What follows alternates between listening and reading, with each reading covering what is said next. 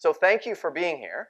And it's my pleasure to introduce you to the 9th annual Leadership Research Colloquium. We got the crazy idea that we might start this in 2011, and here we are in 2019, and we have a great lineup here for you today. Sorry for the start that was a few minutes later than we anticipated. We're just getting some audio things under control here before we get started. So we're so pleased that you're here with us today. Just out of curiosity, we love the diversity that we have of folks who attend this research colloquium. I'd like, just by a show of hands, if you don't mind, how many of you are either an undergraduate student or a graduate student in the room? Okay. How many of you are faculty or staff? How many of you came from off campus? Fantastic. Probably about 20 of you. So thank you for being here with us today. Thank you. Thank you. Yeah.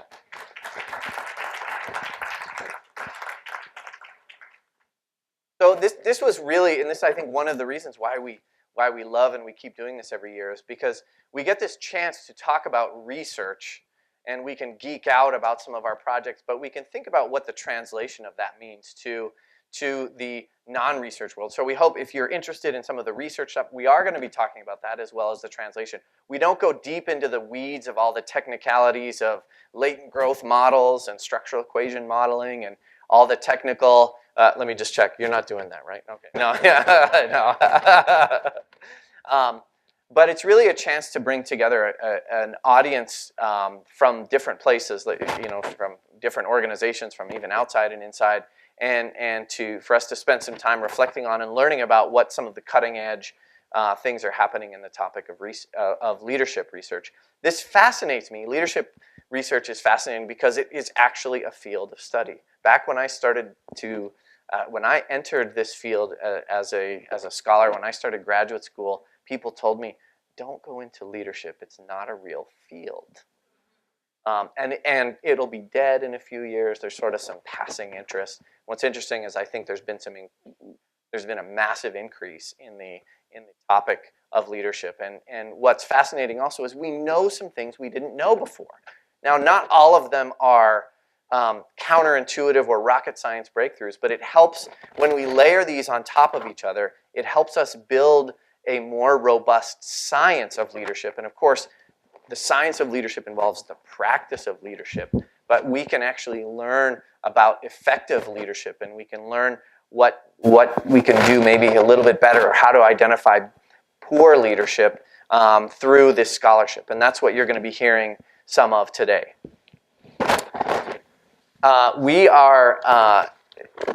We're going to be each presenting. So we have Craig Crosley here, who is joining us from the University of Central Florida, Dr. Craig Crosley, and Dr. Cecily Cooper, who came all the way from the other side of town, from University of Miami. And I will also be speaking. So we'll each be speaking for about 15 to 18 minutes or so, and then we'll have a few moments of questions, and then we're going to save a little bit of time at the end for some other questions. So we won't do a long Q&A after each presentation, but just to give you a heads up, if you have some questions, feel free to you can save them for the end. And if we don't get to them, feel free to reach out to us, any of us after. We'll be mingling around for a little bit in the for a few minutes afterward at the reception. So, Cecily.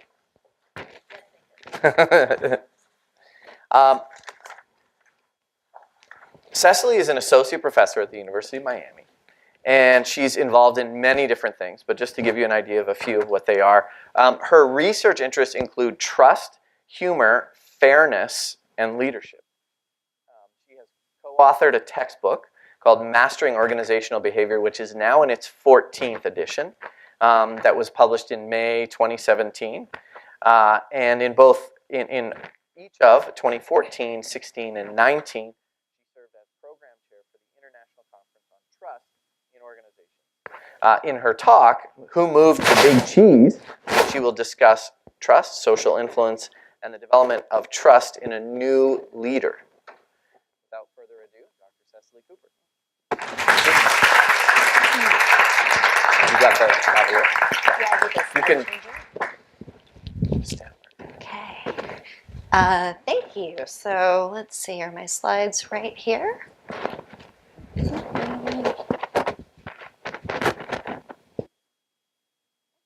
Here, you can find them for me. So as Nathan mentioned, oops, is this a little bit loud? Okay. So as Nathan mentioned, I study interpersonal trust in organizations. I actually identify myself as a trust researcher, not a leadership researcher. However, we're often studying manager-subordinate relationships and what we think about leaders when we think about trust, because leaders are an important referent of trust. And so thank you. Okay, so this project began, oftentimes I look at things that are going on in my world, and those things give me ideas for research projects. And at University of Miami, some of you might know that not too long ago, we got a new university president, we got a new university provost, and I'm sitting in my office thinking, what are these guys gonna be like? And then I started realizing, if I'm trying to think, am I going to trust them? What are they going to be like? And it dawned on me that our literature on trust really doesn't help us understand how a frontline employee who might be 4 or 5 levels removed from an executive level leader, how that person can decide whether or not to trust that new leader. Okay, and so this would be, say, the flight attendant working at JetBlue. If you get a new CEO of JetBlue, how does that person decide whether or not to trust that new CEO? The person selling cell phones in the Sprint store, if Sprint gets a new CEO, how does that person decide whether or not to trust that new CEO? This is the phenomenon that we're interested in. And why is this important? It's important because we have about 20 to 25 years of trust research that tells us that there are a lot of outcomes associated with trust and leadership. And so this research has looked at both supervisors, so close leaders, your direct leaders, as well as distant leaders like CEOs. And we find that if you trust those leaders, that has a very positive relationship with employee job performance, employee attitudes like job satisfaction and organizational commitment, employee extra role behaviors like staying late and helping others, as well as employee turnover. So if you trust these folks, you're less likely to want to leave the organization. So there's a lot of great outcomes associated with trust. So it's important that we understand, how do we get employees to trust? What is that process?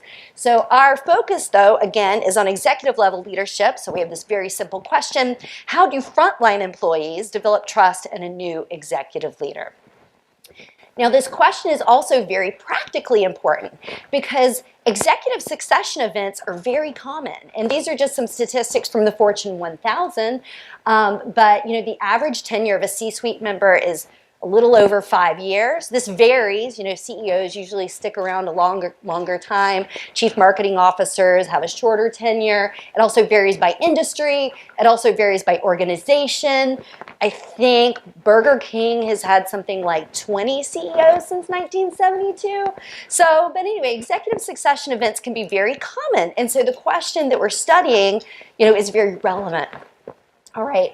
And so just a little bit more background here. And so we know from our research that people form distinct trust judgments of close versus distant leaders. And that's why I keep having these two references in a different box. So you have your close leader here, your supervisor. You have your distant leader here, your CEO.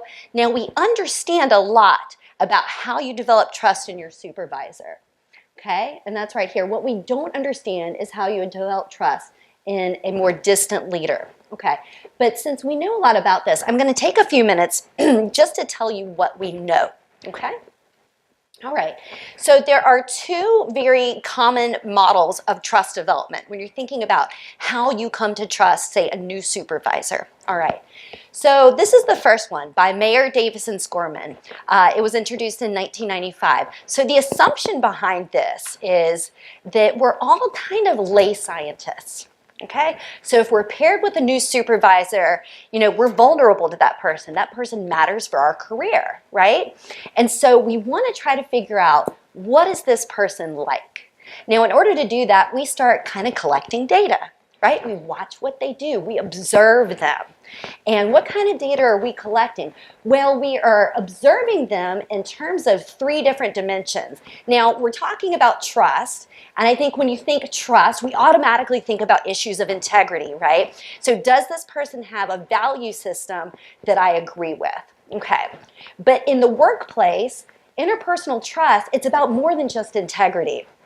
Competences are always an issue too. So does this person have the skills and ability necessary to do the job? And benevolence is an issue as well.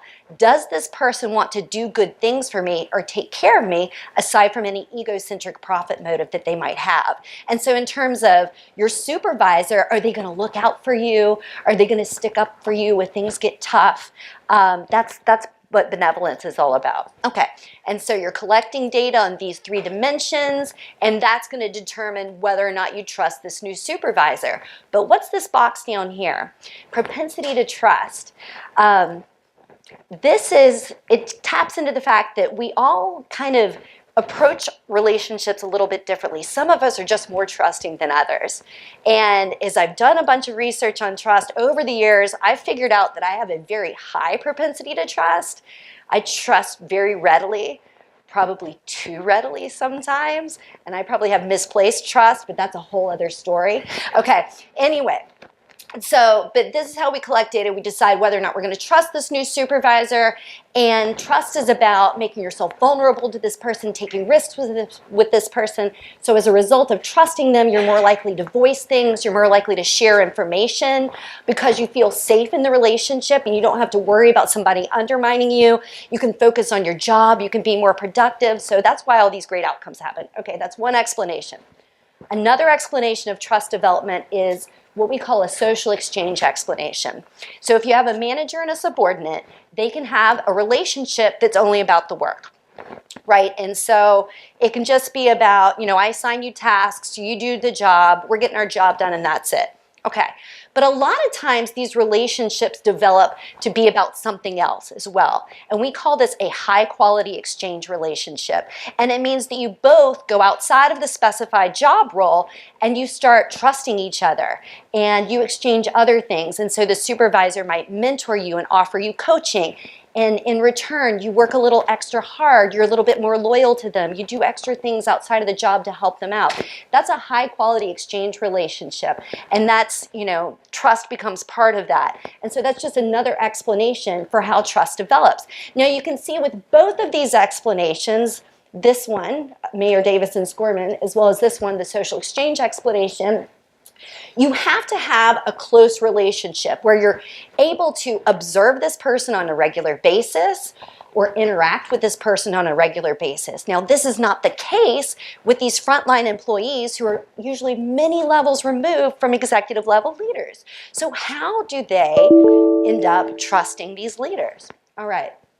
Uh-oh. Somebody better plug that PC in. Okay. So we ended up referring to the clinical psychology literature for some ideas. Now, we found a phenomenon called transference. And bear with me for a few seconds while I talk about the history of transference, and I promise you that this does relate to management. Okay, so Sigmund Freud came up with the notion of transference when he was a clinical psychologist. Okay, so when a patient is undergoing psychotherapy, then Freud noticed that sometimes they do things to try to derail the therapy. And so something that happens very often is that they will start to project feelings onto the therapist. And so if you're a woman undergoing psychotherapy, all of a sudden you might show up and say, you know what, I'm in love with you. You might express your love for your therapist, and you think that you're actually in love, but what you're doing is projecting feelings from another person, like a romantic partner or your father or something, onto the therapist. And you're kind of using this to derail the therapy because then you can resist the questioning and they don't find out kind of what your real problems are. Okay, now I will show you an example of transference occurring. If any of you are fans of The Sopranos, you'll appreciate this clip because it is Tony Soprano talking to his therapist. I'm sorry. It's just the way it is. Okay, let me talk. No, it's not the Prozac. I dream about you. I think about you all the time. I can't get excited about any other women. There's nothing else to say. I love you. Let me start here. I know this may be very hard for you to swallow, but you're only feeling this way because we've made such progress. What? I've been gentle. That's my job. I listen.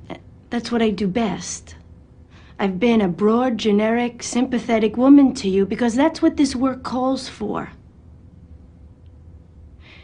You've made me all of the things you feel are missing in your wife and in your mother.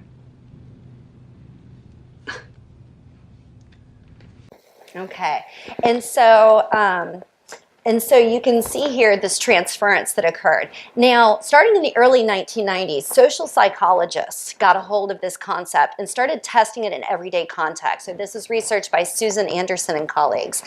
And what they found is that transference doesn't just occur in clinical contexts. Okay, that it actually occurs in everyday life.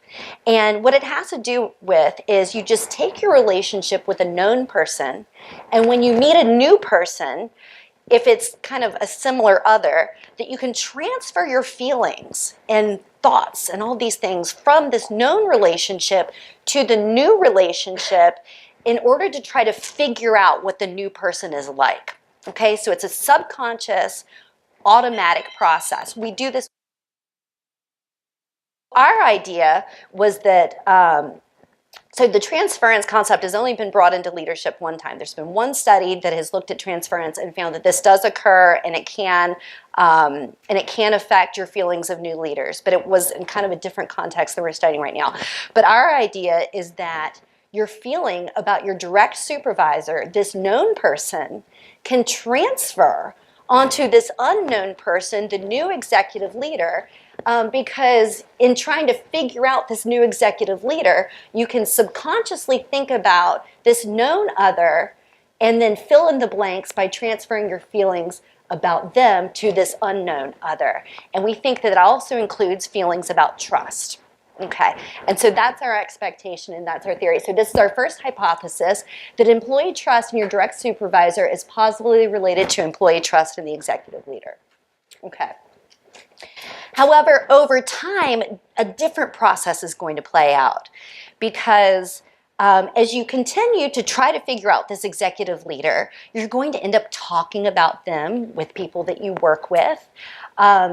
In the absence of any objective information by which to judge people, we often rely on social information. So these conversations will carry a lot of weight.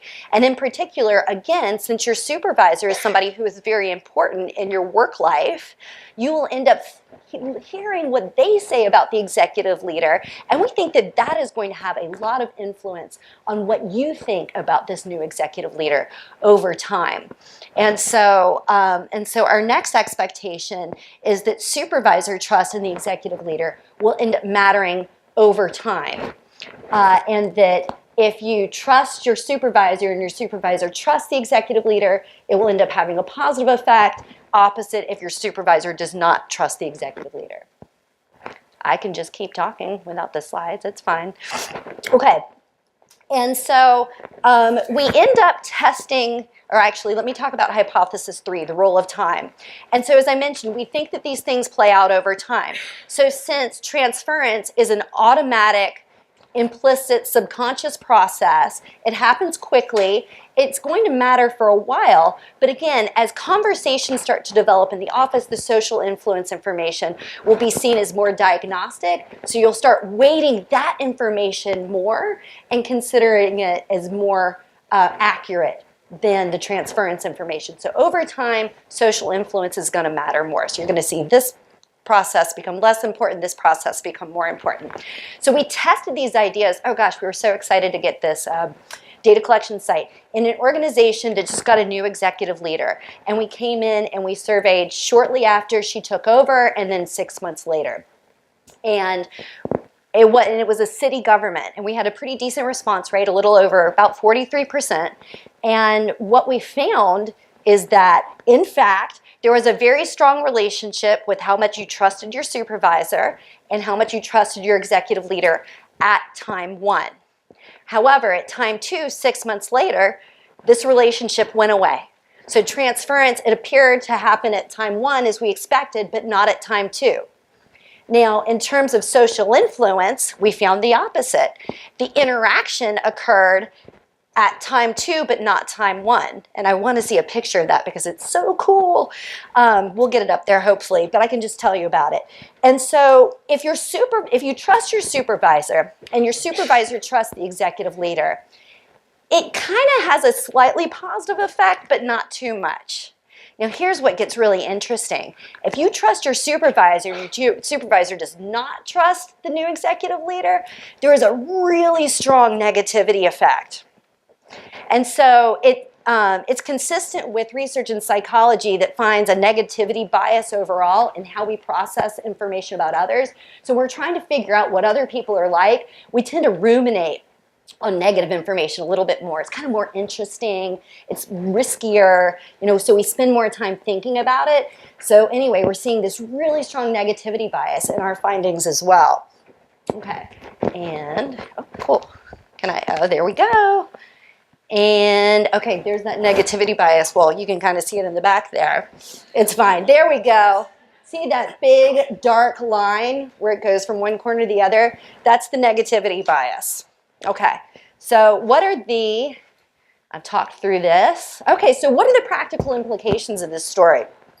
Well, there are a number of important takeaways here. One thing that leadership research is focused on when it comes to executive leaders, they think, and this is true in some ways, but they really paint executive leaders as being a special type of person, that they're powerful, that they're charismatic, and the new person comes in and they take over, and they're able to paint whatever picture of themselves they want to for the organization.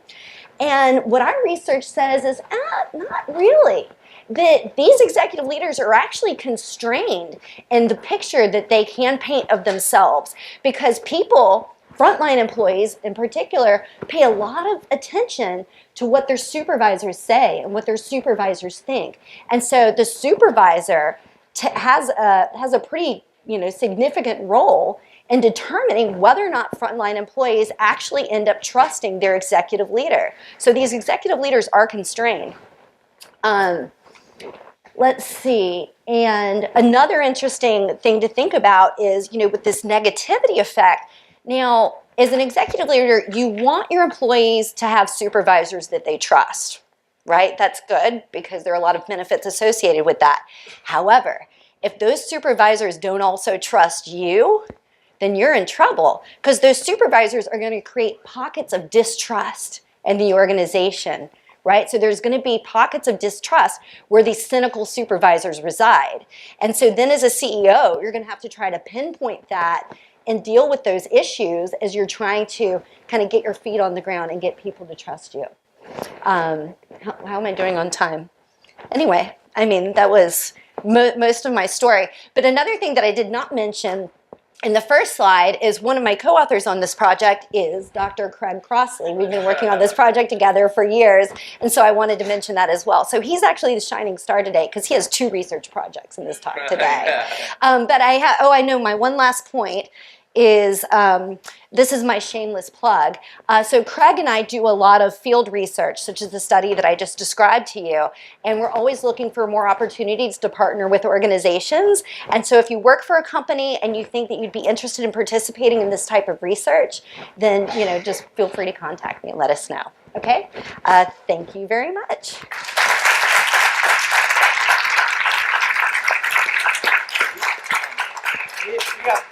Take a few questions. We can save a few for the end as well if we want. But any questions?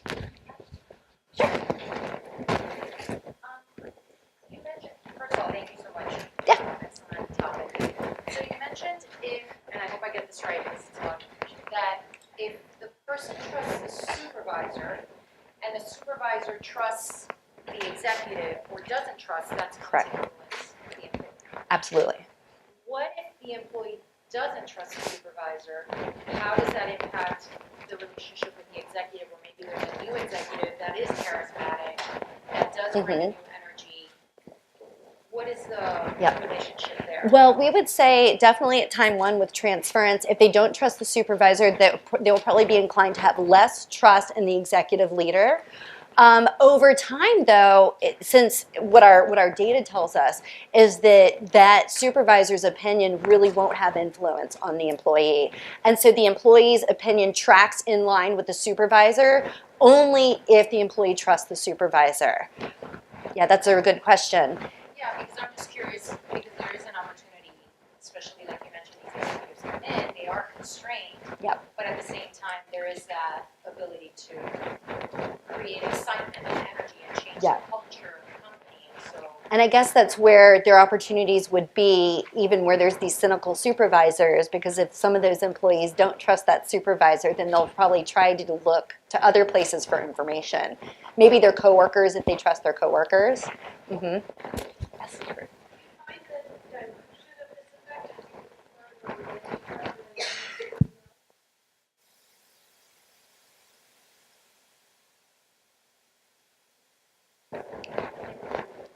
Yes. Yeah, we were really focusing on, in our data, we were focusing on frontline employees. So we collected data from the entire organization, and we basically took out all the folks in the middle. And we were only looking at frontline employees. And so that's really our focus here. I think the closer you get to the leader, the more opportunity that they have for one-on-one interaction. You're going to have other sources of information. But we're focused on those folks that really have a very distant relationship and don't have that opportunity for interaction. Yeah, yeah. Great, awesome. Thank you, Dr. Cooper. That's fascinating. If you have any other questions, we can save them for a little bit later. I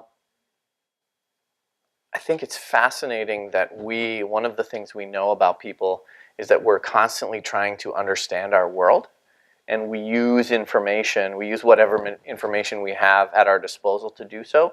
And when we don't have information, that's where, right, when we don't know a lot about this person, about their history, about this leader, say about their history, or even maybe their past performance or other things, we fill it in with the blanks we have, and that's where this transference comes in, right? And then as we get to know them more, we replace that sort of generic, well, here's what I think, we start to replace it with real information, right? So in the absence of real information, we replace it with our own, what we make up. We always tell leaders in organizations, you better be really clear about what's happening in your organization and be clear on explaining this to people, because if you're not explaining it to people, they're making up their own stories about what they think's going on, and those stories are very rarely the stories you want them to be making up, because in the absence of information, we make up these stories. That's a really fascinating study. So thank you for presenting that. Our next speaker is Dr. Craig Crosley, who is, as Cecily mentioned, plays a role in two studies here, and they're good friends and know each other. We actually really, just sort of as a side note here, there are a lot of really good leadership scholars in the state of Florida. Actually, if you look between Miami, Central Florida, and FIU, it's pretty incredible, actually. And then a few at USF and UF and FSU then as well. So Craig Crosley is an associate professor of business management at UCF. And prior to that, between his PhD and his return to academia, he was a senior manager at a top 100 privately held company, where he worked directly with executives on company-wide initiatives. He was sort of the leadership whisperer at this company. And based on his ability to bridge research and practice, he's developed a variety of innovative partnerships that have resulted in a lot of different marketing and sales strategies with clients, including several Fortune 500 companies. So one of the great things about Craig is that he's got this great industry experience as well, and talking with leaders, and also helping them and helping organizations. This is probably why he told us, and we didn't know this until not too long ago, he received a Fulbright fellowship. So he will be, he's visiting with us about 3 weeks before he's heading off to Ireland. So he'll be in Ireland for a few weeks, so we appreciate him being here with us. So his talk is going to review three recent studies, and I'll hand it right over to him. So Craig, thank you for being here. Thank you, Nathan. Thank you. All right, can you hear me okay? All right. So, okay. All right. Ethics researchers often presume that everybody cares about and wants to be ethical. And accordingly, they spend a lot of time talking about how we should be ethical and what ethics means, but a lot of times they fail to really show why it matters. On the other hand, I think all of us can probably think of a cheater that won. Right? So with a little bit of a cynical approach, I wonder, why should we bother to promote ethical leadership? Why should we invest effort and energy and time? Why does it matter? Right? I think all of us probably at a young age encountered this epic battle between good and evil. In a workplace, that epic battle looks something like the balance between ethics and profit. Right? And it's always interesting how it takes very little profit to outweigh a lot of ethics. Right? I've wondered why that is, and many people have. Lawrence Kohlberg did a lot of work on stages of moral development, suggested that the majority of people, there's 3 levels, there's pre-conventional level, conventional, and post-conventional. He argues that most people kind of stay in that pre-conventional level, which is our decision to be ethical depends on consideration for punishment, right? We want to avoid punishments, we'll be ethical. Pre-conventional level. Conventional level is we'll be as ethical as the next person, right? It's kind of a normative comparison. It's kind of like my drive from Orlando this morning. I'll admit I sped, but not faster than everybody else. Don't do that in Ohio, by the way, because they pull everybody over. It's amazing. And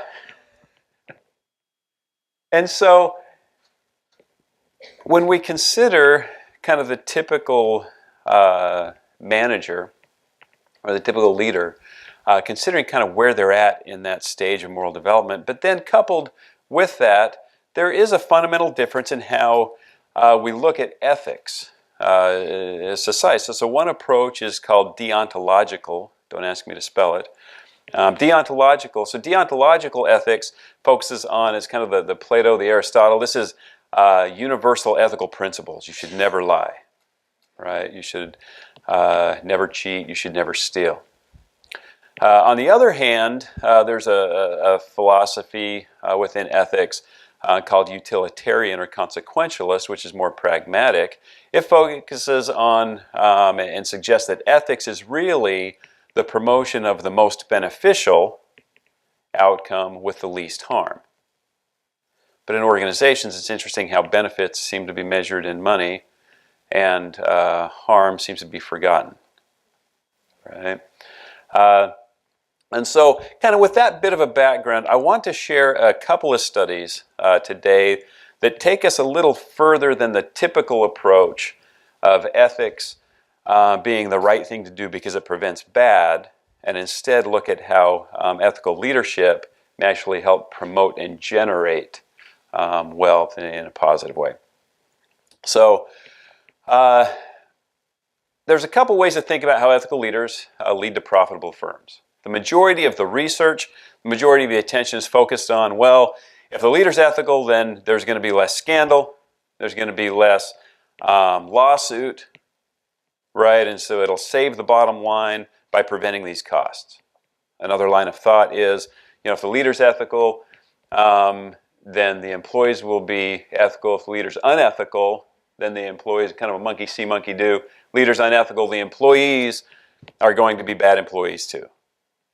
And that can lead to shrinkage, stolen product from the company, those kinds of things, right? And so they promote ethical leadership because it prevents bad things. But shouldn't ethical leadership also promote good things? And shouldn't revenue be considered good sometimes? Right? So to understand it, and a lot less research has really examined these generative properties of ethical leadership. And so, but it's a little more complicated, right? Because if you think about it, if I'm an ethical leader and I'm sitting in my office and my salesperson comes out to visit you, why should you buy more from my salesperson because I'm ethical? You've never met me. We're separated, we're removed, right? Why would I have any kind of an effect on customer loyalty if you don't even know who I am, right? So it's not so straightforward. To understand that, we have to look at the definition of ethical leadership. These are a few of the people, Brown, Trevino, Harrison, who have moved a lot of this work forward. They suggest that ethical leaders demonstrate and promote appropriate behavior to followers through appropriate actions, interpersonal relationships, reinforcement, two-way communication. The important thing here is that ethical leaders are first ethical people, second ethical managers. What that means is they manage the ethics of employees. If an employee is ethical, they reward them. If the employee is unethical, they punish them, right? And so to really understand how good can triumph, we have to consider that ethical leadership's influence is really indirect. If I'm the ethical manager and you're the customer, then any effect of ethics that I have on your purchase has to come through that employee or that client-facing role, right? And so it's through the employee. It's over time. It takes a little bit of time for these effects to accumulate. And it's most pronounced in newer relationships. Why? Well, there's a couple of reasons. One, as Cecily talked about social exchange, if I show up to your office and I sit down with you and I'm selling something and you're buying something and I tell you, you know what? You shouldn't buy this from me today because you've already got enough in your inventory, you don't need more. Or, for this need, it's a pretty unique need, my competitor actually sells a little better product, you might want to go with that. What are you going to do? That's not an economic exchange. I didn't come to sell you. You're not buying. But what got sold? What got sold is social relationship, right? What got sold was trust. Because now you know that I have your best interest in mind, not my best interest. That kind of an investment gets banked. Now, I can't determine when that is going to pay off, how long, in what way, right? But you will probably be more open to a suggestive sale in the future, right? And so again, it may take time for such effects to be manifest. The other reason why this may happen is social learning theory. So this is Albert Bandura's stuff. So, if Susie walks into a lab and sees Tommy punch a Bobo doll, it's the old Albert Bandura stuff, right? And she sees Al give Tommy a bag of M&Ms, Susie's probably going to punch that Bobo doll. But if she walks into the office and sees Tom punch the Bobo doll and sees Al really ostracize Tommy and kick him out of the lab, she's probably not going to punch the Bobo doll, right?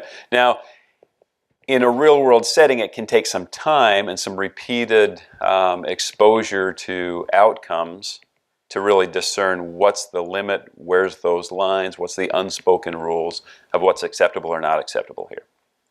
And again, this takes some time to accumulate. So the hypothesis is pretty simple. Ethical leaders will win the trust of their new employees, thereby translate the effect of ethical leadership onto increased customer purchase over time. To examine this hypothesis, we surveyed and followed 735 new employees of a top private company. We collected some survey data on how ethical they thought their leaders were, and then we looked at common perceptions of that. So it wasn't just one person's perception, it was commonalities of whether that leader was ethical. We looked at the employees' trust, and then we collected financial data. So we looked at Customer repeat purchase amounts. Over time, we had about 500,000 sales transactions over a 6-month period, which was enough time that we thought maybe we'll see some effects here, right? We also measured and statistically controlled for coworker trust, for transactional transformational leadership, so that we could rule out just a good leader effect, or that was a very trusting person, trusts everybody. And so we could specifically get at what's that value, what's the impact of that leader's ethicality, right? So here's some interesting effects. So this is sales, customer purchase. We see that, and then this is time, so in weeks, 26 sales periods over 6 months. We see that over time there's a general positive increase in the amount of purchase by customers, right? What we see also is the dashed line are those employees of less ethical leaders who had lower trust in that leader. The solid line are the employees, the sales of employees of ethical leaders who had trust in that ethical leader. Okay. Interestingly, the difference was about $3,000 per employee. Now, in a multi-million-dollar company, that's the difference between a good day and a bad day, right? Earth-shattering, maybe not. But when you consider it across 1,500 employees, you're talking $4.5 million. Okay.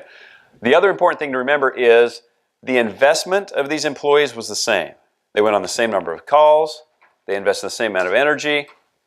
They were the same fixed costs for the organization and sending people there. So the difference is increased top line, right? If you want an increased bottom line, it starts with an increased top line, right? The other thing to note is that in organizations, a lot of times, in sales organizations, you're looking at every day, right? Sometimes you might look week to week. Occasionally, you'll look kind of period to period, and at most, you'll look over 12 weeks or a quarter, right? The interesting thing here is over a quarter. That affects, I mean, are you going to gamble on that if you're a manager? Or are you going to resort back to whatever coercive techniques you need as a sales manager to get your salespeople to do whatever it is you want them to do, right? So it takes time for these effects to unfold. Second study. So the first study shows the effects for the organization, right? And if it's a commission-based, then there's effects for employees too. And if managers paid a commission on their employee sales, there's effects for managers too, so everybody wins, right? The other one I want to look more specifically at, what about that leader, him or herself? And so this study was inspired by a personal experience that I had. And so I was working in industry. We had a transition going, a leader transition going on. In this case, Chief Human Resource Officer was getting the torch passed to him. This Chief Officer, we'll call him Arnold. Arnold was an interesting guy. He had a reputation of being a real go-getter. He was a former military special forces guy, Army Ranger. Had a kind of a take no prisoners attitude, right? And was able to progress through the rungs of the organization to take that top spot over HR. Now, I had the opportunity in my role to help with a transition for this new leader. And so as part of that, I interviewed members of the board, I interviewed members of the executive committee, I interviewed some of the people who would be reporting to Arnold. And I didn't have to look hard to read between the lines that there was something a little bit off. And there was an element of trust in these other people that was a little bit lacking, right? Interestingly, fast forward a year, and Arnold is demoted to a vice president of one of the business units. 2 years after that, he was terminated. On his last day, he tried to take me out with him by digging through some old emails and looking and then copying the entire HR department, asking me to reconcile some of these things that had implications for some tax law that may or may not have been violated. I don't know, right? He was looking for collateral damage because I was in good with a group that helped to ensure that he was escorted out, right?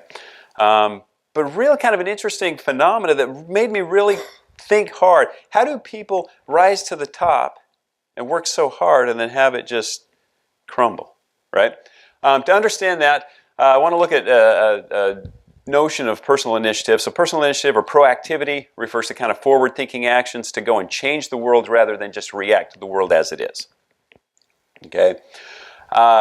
Importantly, personal initiative is linked to career outcomes such as finding better jobs, networking better, higher based commission performance, and increased salary promotion rates. A lot of good things follow people who are highly proactive, right? Also, some consideration to Turner. So Turner, 1960, and the idea existed before that, but captured it well in a theory of mobility. Suggested there's two ways to get to the top. The first way is through what he called a contest pathway, and this is the fastest runner wins the race. It's based on your skills, based on your abilities, and really based on what you bring to the equation. The second way, anybody guess what it is? Sponsorship. Right? Somebody takes you under wing, gives you the opportunities you need to expose your strengths, maybe covers up for your weaknesses, and gets you that promotion. Right? Along these lines, the study here looked at kind of a simple hypothesis. So the more proactive a person is, the more they're able to attain sponsors, and which lead to promotion. However, if they are unethical, those sponsors are not going to want to sponsor that person in that organization, which can lead to that person being terminated or demoted. Right? So we studied this idea with 389 mid-level leaders. We gathered a bunch of data. Initiative and unethical behavior were measured by their bosses during a talent audit. We looked at the support, the amount of sponsorship they had in that organization during the company's 9-box procedure, which is where they compared the person's potential with their performance, and we were able to ascertain how much support across executive committee those individuals had. And then we sat back and watched them be promoted, be plateaued, or be terminated or demoted over the next 4 years. It's interesting. So, any surprise that unethical leaders were more likely to be terminated or demoted than ethical leaders? Probably not surprised to see the red bar is higher than the blue bar. Right? The interesting thing here is we're able to put a number on that. Almost 3 times more likely. Okay. Now what gets more interesting is this. Okay, proactivity is good, right? More proactive the better? Well, maybe. So among those unethical leaders, the low initiative were less apt to derail than the high initiative. Okay? Think about it this way. If unethical behavior is a cancer, do you want a benign cancer that's low initiative and not going anywhere, or do you want a malignant cancer that's out there changing things, right? Okay. Now on the other side, high initiative and ethical is good because there's much lowest rate of derailment. Okay. On the flip side, because we want the generative positive, why should I not, right? When you look at promotions, the ethical leader line is a solid line. High proactive, high ethical, higher rate of promotions. Right? Unethical, you hit kind of a ceiling. There's no boost in promotion based on proactivity. Okay. So the kind of take-home message from today, I think, is summarized pretty well by Warren Buffett. He said, in looking to hire, and I would suggest, or promote, look for 3 qualities: integrity, intelligence, and energy. And if they don't have the first, the other 2 will kill you. Right? High intelligence, high energy, lacking integrity, you're going to get you into trouble. Right? I would suggest that when they have all 3, then you've got real opportunity. Because again, the investment is the same. It's the return that is greater. We're able to create value based on ethical leadership. All right, that's what I've got.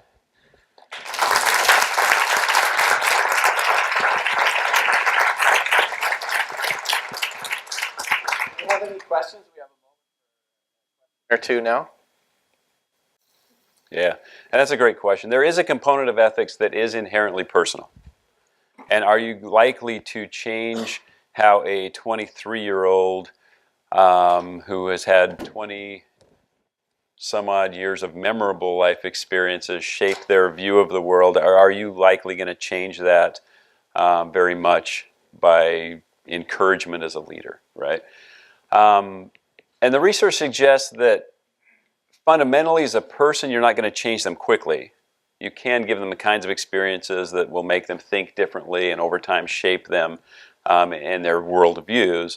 But a lot of what you can do is create a climate and an environment that will either make it comfortable for them to be there or uncomfortable for them to be there. And so based on that and based on some degree of intelligence, they can determine whether it's the place for them or not. And you can, to some extent, right, as a manager with some degree of power, you can decide for them how long they're there, right? If you can't change the person, then change the person, right? But yeah, and that's a good point. It's a point that we're not looking at particularly here. We kind of control for how much they bring. The other point that I would make here is, in both of these studies, there was very little amounts of unethical behavior.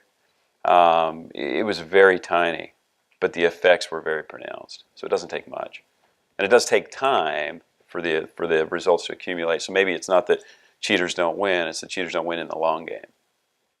Right? Yeah, and that's a very good point. And I should clarify. I wasn't surprised that the red bar was taller than the blue bar. I was a little bit surprised at the amount, the fact they were almost 3 times higher. The thing to keep in mind, too, and I do have to contextualize it, this was a highly ethical organization that had won ethics awards. And so they were not afraid to purge the organization of people who weren't engaging those kinds of behaviors. And so would that 3 times generalize to other organizations? Would it generalize to construction? Would it generalize my favorite alcohol? My favorite's not alcohol sales, but I love the context of alcohol sales because and I was in the sales industry, but alcohol sales is known as being, back from the days of Prohibition, the fact that you've got different laws by county. There is so much shadiness, right, that industry is just plagued with this image. Had these behaviors existed in that context, maybe they would have been promoted. Right? I don't think it would have been 3 times as high. The other kind of interesting effect, and I'll kind of end on this point, we can continue it further on if you like, but in the labs, so both of these studies had lab components that I looked at as well. In a lab, we found a really interesting effect of ethical leaders on salesperson ethical performance, and it went to the nature of this. The more ethical the leader, in some of our studies, the more unethical the employee behavior. And we scratched our heads and we thought, what's going on? And so we talked to some of the people, right? We talked to some people in the context of sales and then try to understand what is this just fluke? Because that kind of data, you get that and it's like throw it away. It's just fluke data. But when you get it twice, you start wondering what's really going on here, right? Then we had some artificially created scenarios that kind of led people through, and we're wondering, did we just say something wrong? But what we found is there are some employees that when they see an ethical leader, they know that leader operates under principles of justice, fairness, compassion, benevolence, and they're willing to risk being caught doing something unethical because they know that person's still going to be nice.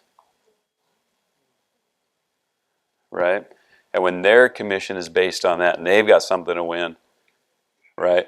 And that's where perhaps in those contexts the leaders really need to double down and be nice and be benevolent and to be sympathetic, but to be firm and to be willing to fire the high-performing, unethical employee.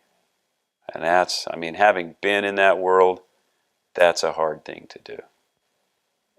but that's the kind of thing that may need to be done. Again, in the long-term game. Great. So, all right, thank you. You want to say? It's fascinating to me too, as it is that I've seen this in a number of organizations where organizations will talk a certain game, right? And they talk about how this is what we value, here's our ethic.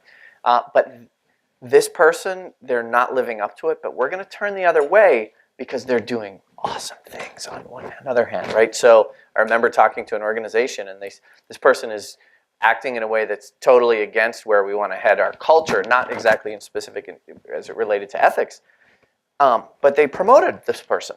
And they said, and we really want to talk about our culture, and we're trying to shift the culture at our organization. Like, people don't pay attention to what you say. They pay attention to what you do, and you just lost all credibility with whatever you're going to say. If any of you are interested, and so a number of years ago, we had one of the guest speakers we had is a woman named Mary Gentile, spelled like Gentile, like Jews and Gentiles, for those of you who know the biblical reference of that. She has a program called Giving Voice to Values, GVV, and it's available free. So if any of you are interested in, so like she's not making money on this, we're not making money, you know, but and it's used to help people navigate ethical dilemmas on the presumption that you're not teaching them what's right and wrong. You're teaching them in the real world using scenarios, and they're working with organizations all over the world and with people of, here's ethical issues we're struggling with. How do you navigate it? And so it's not presuming this is what you should do. It's saying, if you want to do the right thing, what does that actually look like when you're in a quandary? How can you avoid the harmful effects this might have on your career when you see something really bad, but this person is in a higher position than you? And it actually crowdsources some of these solutions. And it's a neat way to approach this, because it's not saying, here's what we're going to teach in terms of what you should be doing. It's saying, here's what we're presuming you would want to do as a general principle. Now let's figure out how you can do this without harming your career. Which is, I think, where a lot of the problems are, right? Is that it's not that we don't know what to do. It's that we feel like we're stuck, and it's trying to give people more options. Anyway, there's been growing momentum in this approach throughout the world, and she's going all over the world sort of talking about it, and she gives it all away. So it's Mary Gentile, Giving Voice to Values, if any of you are interested. It's quite fascinating stuff. So thank you, Craig. Fantastic. Interesting, too, that the ethics, I thought that first study, the thing that struck me was it doesn't show up right away in terms of the payoff, but that it did show up in the long run, at least on that measure. Really interesting. So your third speaker, he's fantastic. I've known him for almost 45 years. It's a pleasure to be here with you. For those of you who who don't know me, my name is Nathan Hiller, and I'm the academic director at the Center for Leadership, and I co-direct the center with Dr. Myra Beers and a fantastic team, many of whom are here today. I think you saw a parade of about 4 of them trying to solve the computer issues that we had here. So hopefully we got that under control, and Cecily handled it like a true master. Thank you. So what I want to talk to you about today is, and what I want to explore with you, is this idea of the benevolent dictator. And so I'm using the word dictator in a way that I don't actually mean dictator, but let's think of this as a sort of the benevolent ruler, someone who is simultaneously has caring and kindness, but is also clearly the boss and might kick your butt. So I want to talk about whether or not this is a good strategy, and what we know based on a study that we've just completed. It just came out in print in January in a leadership journal called the Leadership Quarterly. And it's been a fascinating journey as we sort of looked at this approach to leadership. But I want to start with this quote here that I think sums up a little bit about what we're talking about here when we talked about this benevolent dictator form of leadership. The idea to create a balance between a very good relationship with team members, where they know that you genuinely care about them, their lives, and how their careers are going, and even things like their kids, and occasionally snapping to remind them how much you're asking of them and that you're in charge. They will accept this outburst if you know that you care about them. wow, so when we think about leadership and management, this is out of the box, right? Like this isn't something that you're going to hear about when you read a management textbook or when people talk about leadership. This idea is a little bit radical, and we wanted to investigate it because there's this simultaneous enactment of this caring and genuine kindness, but yet it's very clear who the boss is. And sometimes it even can take on very strong authoritarian tones and tones that are almost a little bit like dark and a little bit harsh and sometimes even demeaning towards people. Wow, doesn't sound like a good strategy. But we as scholars wanted to investigate this because there is actually a growing body of research on this, and no one had really synthesized it and put it into place and said, okay, well, what do we know based on this body of research that's growing that's kind of outside of the general management kind of zeitgeist of management research. So there are 3 colleagues who worked on this paper, and they're actually all here. Hakpeng Sin, Professor Sin, and Ajay Panapali and Sibel Ozgen, who are both PhD students. And I also want to give a special shout out to Chen Wang, who was heavily involved in this project as well. Chen is a PhD student and helped us with some of our searching, and I'll talk about in the methods, but we did a far and wide search by looking at different published research articles. We looked in 8 different languages, and we had on our team, we had people who spoke these 8 different languages on the 4 of us, one of whom speaks like 5 languages. She's the winner, right? So, and you can guess who that is since there's only one female on the team who's on it. Okay, so what do you see here?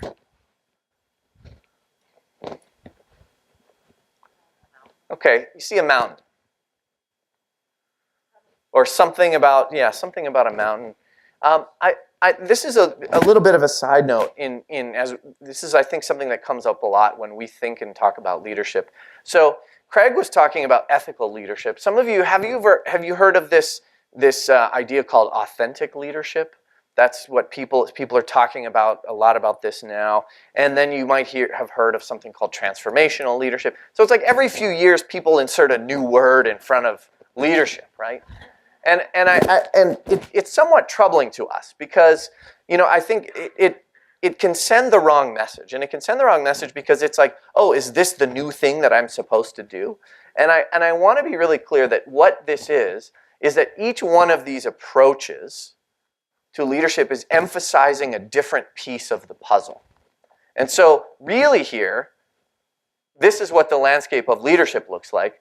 But when you see it only through the tunnel of one approach, you're only getting part of the story, right? And so when we talk about, when people say, I want to be an authentic leader, or I want to be an ethical leader, I hope you're more than that, right? If you really want to be effective, you need to build a large repertoire of leadership behaviors. And so the trap sometimes that people can fall into is that the belief that there's sort of one style of leadership, or what's even worse is, what's your style? Now, we can have tendencies that come to us that we can do more easily than others, but if you only have one style, you're probably not a very good leader. Right? You need, again, that doesn't mean you don't have tendencies or things that come to you a little bit more easily, but none of these approaches that we're talking about capture the full space of leadership. And we know they don't, but sometimes in the translation of it, it seems like we're talking about it as if this is the sort of style of leadership that we're advocating. Leadership is a massive, massive topic, and each one of these approaches can only describe a little bit of what's in the tunnel of that approach. So the tunnel that we're going to be talking about today is this tunnel of the benevolent dictator, or what is often called paternalistic leadership. We did not make up the name. We'll talk about some of the problems with this name. In scholarly science, we really try to stay away from gendered terminology. And we'll talk a little bit about the origins of sort of where this comes from and what this means here in a few minutes. So when you look at leadership across the globe, this idea of paternalistic leadership is not one that comes from the United States or really sort of actually for weird countries: Western, educated, industrialized, rich, and democratic. So there's an acronym that fits really well that's in the title of this, right? Most research comes from weird countries: Western, educated, industrialized, rich, and democratic.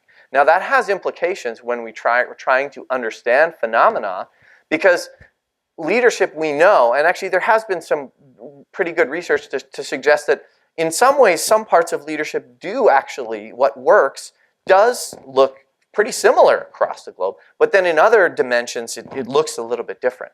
But still, our theories and the way we're approaching this are very much come from the US, Canada, sometimes Australia, Great Britain, and maybe some in Germany, and but we're talking about Western Europe to a large extent. And so about 30 or so years ago, some scholars were working, a few different things were happening at the same time, but a scholar was studying family-owned Chinese firms in Taiwan and said, leadership looks a little different here from what I'm seeing.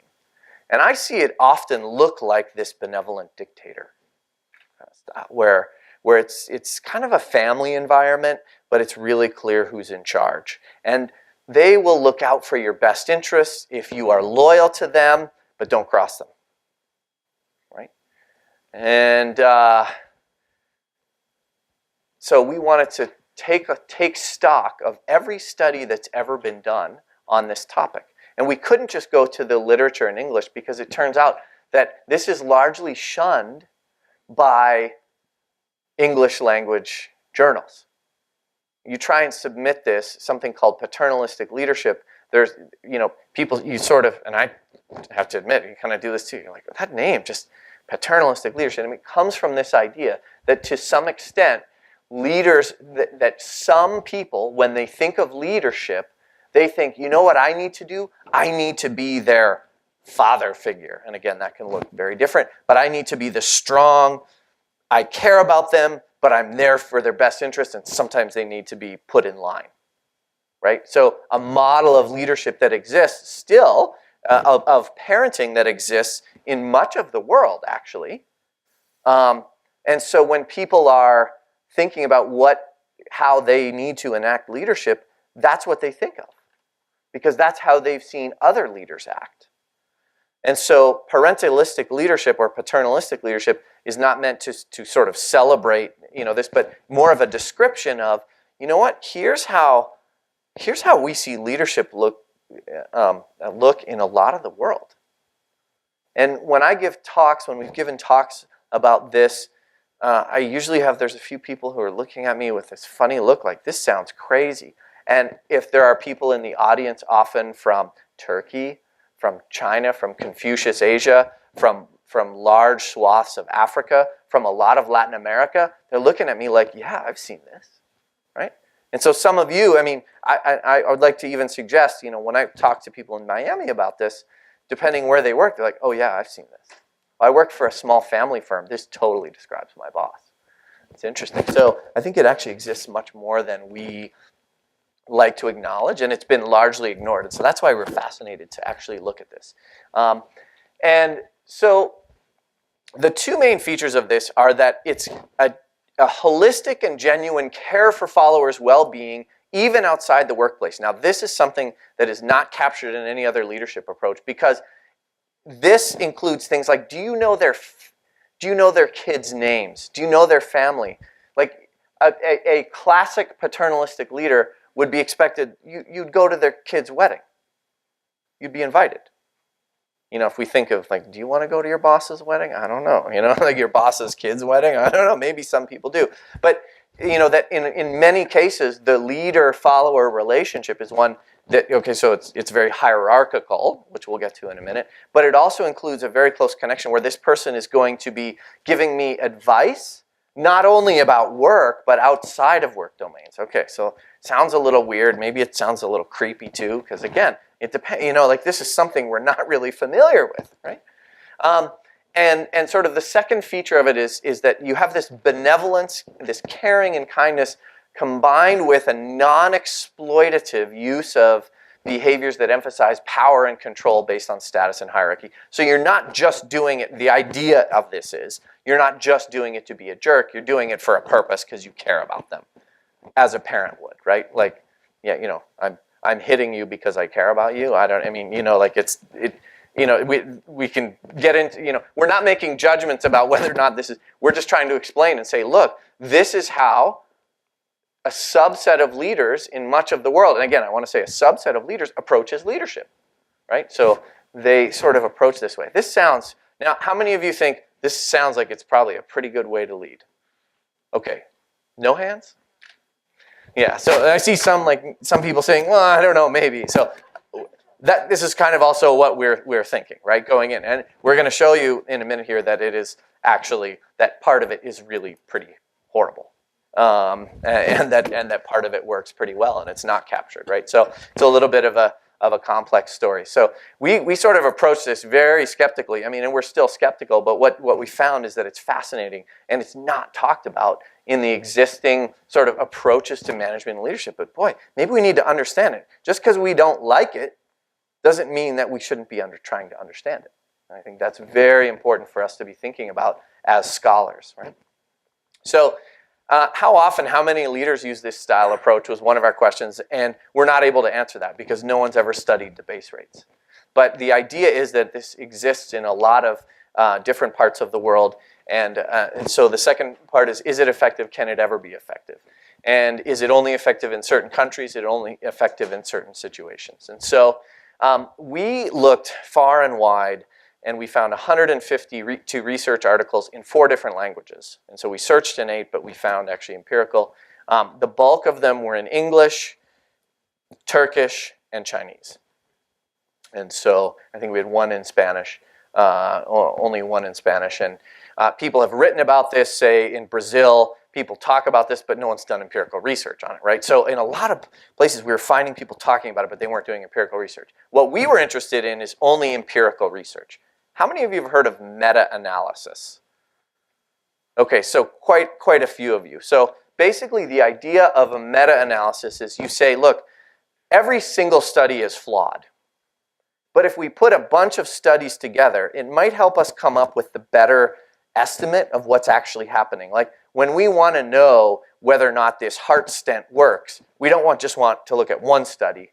We want to look at 40 different studies because every one study's flawed. But if we kind of if all of them are reasonable and we put them all in the mix, it can help us say, hey, overall, what's the effect? And it turns out meta-analysis is really important in the advancement of science because it helps us understand not only what we know, but it actually can also be used to say, well, what questions can't we answer? And it's so you're trying to summarize the literature in a quantitative way can be really helpful. It's important across a whole bunch of different fields. In social sciences and science and medicine. And we found articles representing data from 14 countries. So let's cut right to the chase. Okay, that P is a row, it's a correlation. Correlation, a positive correlation means that the two things move together. As one goes up, the other goes up. So we're talking here about the authoritarian component because we're breaking this up into the authoritarian and benevolence because those are very different kinds of behaviors, and we're looking at different kinds of outcomes. Okay, so is authoritarian, that authoritarian part of paternalistic leadership, is it effective? If we look at employee performance, we see that negative 0.14, which means it's the more authoritarian you are, the worse the employee performance is. The more authoritarian the leader is, the worse the employee performance. The benevolence, that kindness, is positive. What happens when we look at being a good citizen? A lot of what's in work isn't just about the performance, about are you helping your colleagues? It's about kind of things that really help an organization be effective. The same pattern. Authoritarian leaders create followers who are not as good citizens. They're just, it's demotivating. The benevolence, the kindness, that works. We see this again and again when we look at outcomes of slacking, stealing, talking. I'm being very scientific here, talking smack about a company, right? Because one of the things that is often important is, how are you representing the organization that you work for? And you find out when people are disgruntled, they talk bad stuff. And that this matters to organizations, because if you are seen, if everyone is unhappy, it's harder to hire, right? If everyone starts talking poorly about FIU, who works at FIU, what does that mean for getting new talent? I mean, it really makes a difference, right? And when you see an authoritarian leader engage in these authoritarian style behaviors that are very sort of like, harsh and use power and authority, that it really results in people saying, like, forget this place. It's demotivating. They don't do as well. They're not as creative. On the other hand, the benevolence, that kindness, that caring about people really makes a significant positive effect. So we see here there's a absolute split. Authoritarianism, those behaviors probably, as you would have guessed, pretty bad. The benevolence, really good. And you see that across a bunch of other outcomes, which include employee attitudes, commitment, satisfied, engagement, empowerment, all of these things that are good, that you want more of. Benevolence, positive. Authoritarian behavior is bad. And what do people think about leaders who have this style? Leaders who are engaging this? They don't trust them, right? The authoritarian part, they don't trust them. They're less satisfied. Interestingly, they're actually less loyal when they engage. And the idea is, well, at least you can make them loyal by sort of showing them who's boss. Maybe they'll feel like tricked into feeling like they need to be more loyal. They're actually not. And so across the board, across attitudes toward the leader, attitudes toward their job, as well as performance, all these performance outcomes, authoritarianism is that form is really bad. But this benevolence, which is really interesting, and I think this is the new part about what we're doing, is actually quite positive. And so what we also find is that there are existing sort of approaches to leadership around that emphasize the relationship that you have with your direct supervisor, and that's important. What we find is that benevolence works positively over and above even that other sort of good quality of relationship. So it's actually doing something else.